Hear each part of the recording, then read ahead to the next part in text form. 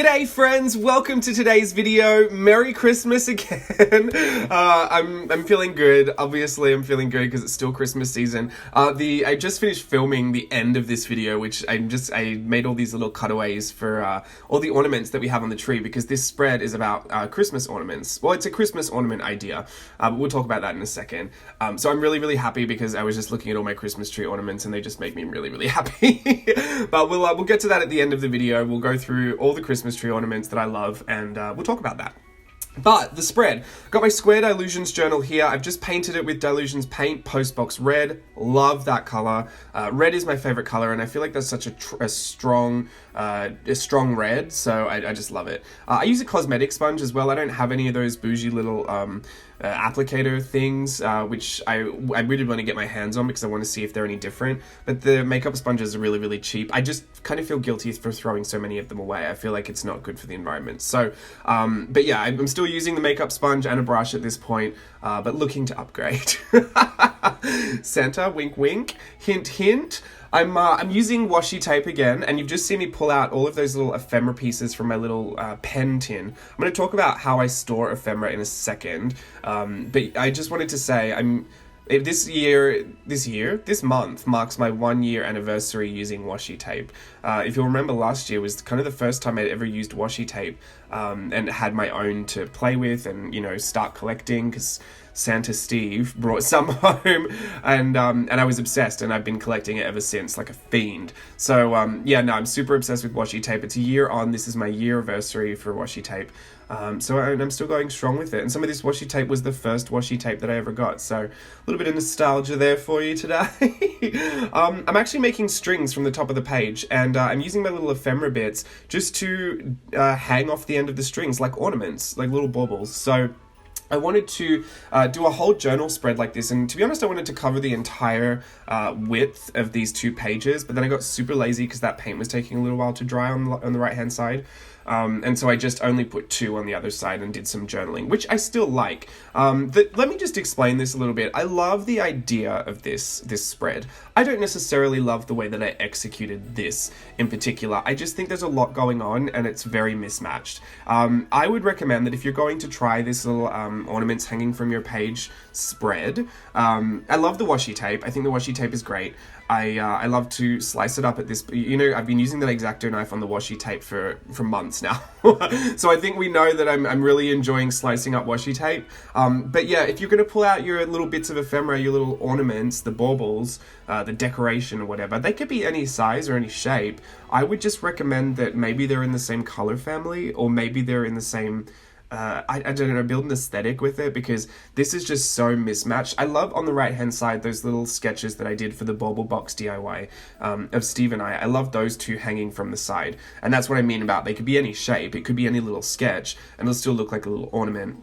I didn't actually put the little hanger bits on them, the little metal bit that connects the string to the ornament. I was going to do that, but then it just got so busy that I thought it's kind of a lost element at this point, but I would consider doing that next time, and if I themed it all. So if I had a color story that I was working with, I feel like that would tie it together. If I had a set of illustrations I was working with, I feel like that would tie it all together. Even if I had a sticker pack, like that little Alice sticker or the Minnie and Mickey stickers, like they would all work if I just did them all in the same kind of family. I feel like the ornaments wouldn't clash so much, because I mean, we've got a random sketch of Bianca, we've got a little Swatch doll head, an Alice in Wonderland sticker, some cocoa paper things, a bright pink reindeer. Like, there's just a lot going on. That little snowflake is punched out from a Trader Joe's shopping bag. Like, it could have all been craft paper, it should have all been watercolor. I don't know. I will probably try it again and see if I can't get something I like a bit more cohesive, but I do love the idea of it. So I still wanted to share it with you. I wasn't going to file this video away in some, like, you know, failed video archive. I just don't think I executed it the way that I wanted to show it. But the beauty of sharing on social media is that, you know, now that you've got the idea, you guys can execute it and you can show me what I did wrong. Oh, not wrong, but you could show me how you would put it together, and what your preference would be, what color palette you might work with, what bits of ephemera you're hoarding that you would love to make into little ornaments. Just love the idea of them all hanging from a page. It's a quick page to do. It's really simple. You know, kids could do this. It's basically just cutting and sticking down. But yeah, so that's as much as I really want to talk about the spread. But when I'm talking about the ephemera, so the little bits of junk, because let's be honest, some of these bits are junk. They float around my desk 24/7. They're just, they're waiting to be used, and I feel super guilty. And then I start hoarding them all, and I collect them all, and I wait for the perfect moment to use them. And then sometimes some of them are sitting there for months, and then some of them are sitting there for years. I still have bits in my orange grab bag that's been sitting there for years. So at this point, I was using the orange grab bag to start. I think, most people that have been following me for a while remember the orange grab bag that I would always talk about. And it was just full of junk. It was full of bits and pieces, ephemera, paper, anything I could put in there, photos. And every time I wanted to use something or stick something in, like collage, I would grab it from that bag. Now, that bag was big, and it kind of just became overwhelming to even reach for it. Because every time I wanted to grab something, I would think this is going to be a process of trying to find it, pull it all out, put it all back away. Like, it would just take too long. Oh, I've slowed this down because look who's come to visit. Oliver's here. He doesn't really fit on screen anymore. He used to be so little that he could fit on the screen. He's got his little Christmas bow on. We got them both Christmas collars in Japan, and I love Oliver's. Bianca's is just a glitter, like a red glitter collar with a little bell, but Oliver's got this like tartan bow with a bell. Just super cute. Look at it. He takes my left arm hostage in a second. His face has become a little more pointy. He's still a kitten, I think, technically. He's like 9 months old.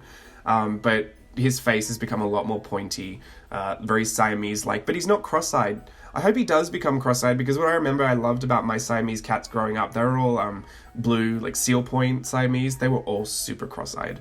And I loved that look. That very severe, pointy face, cross-eyed look. Oliver's eyes are pretty standard. They're a beautiful icy blue, but he's not cross-eyed. So, crossing my fingers, waiting for that to happen. But yeah, so what was I talking about? The ephemera. So I had the orange grab bag, which was huge and daunting to grab for. Then I moved that into a smaller box, and then I moved it into a smaller gold box that I could put on my desk, but then I would really stuff that full too. And it just became just as daunting to go through that. So then I took that box away, and I gave myself a little pen tin and thought, whatever I can fit in this little pen tin will be the ephemera that sits at my desk. Now, I have all the other ephemera filed away according to size in little net pouches that are in a box on the shelf. So I can grab for that. And what I've found is that having only a smaller assortment to pick from made me think more creatively in how I would incorporate them into my spreads. And I went through it a lot quicker. Pardon me. I went through it so quick that I found myself having to restock it, which was amazing because I never really had to restock the orange grab bag. It's still there. And then the ephemera pouches, they're all filed away. They're all neat, so I know where they are and I can grab them. And they're according to size, so it's really easy for me to know, which project would require what kind of a size. But I've actually had to restock my little pen tin a couple of times. So I think I'm really liking that. I think I would suggest to you, if you're feeling a little overwhelmed with your bits and pieces flying around your desk, just file them away into something a bit more manageable, by size or by color or by theme, whatever you want, and keep a really, really select few at your desk. Like, if it can't fit into a little pencil case or a little pen tin, I don't think you need more than that. And find ways to use what you've pulled out. Like, sometimes I'll pull out, it's Christmas season, so I'll pull out some Christmas ephemera and things that would work for Christmas, but then I'll pull out some really random bits and pieces too, and I'll have to find a way to make them work in my Christmas journaling. So I would encourage you to downsize a little bit, to file away some of that stuff that you could pull out at a later date, and just declutter your workspace a little bit, because it can be a little daunting when you're overwhelmed like that. This is my little traveler's notebook. I thought I'd just throw this in here because I've been working on a few Christmas stuff in here, a few Christmas spreads. I really like that format, but I'm trying to get back into the bigger journals. Anyway, let's get onto the Christmas tree, because that's what I'm all here for. This is our Christmas tree.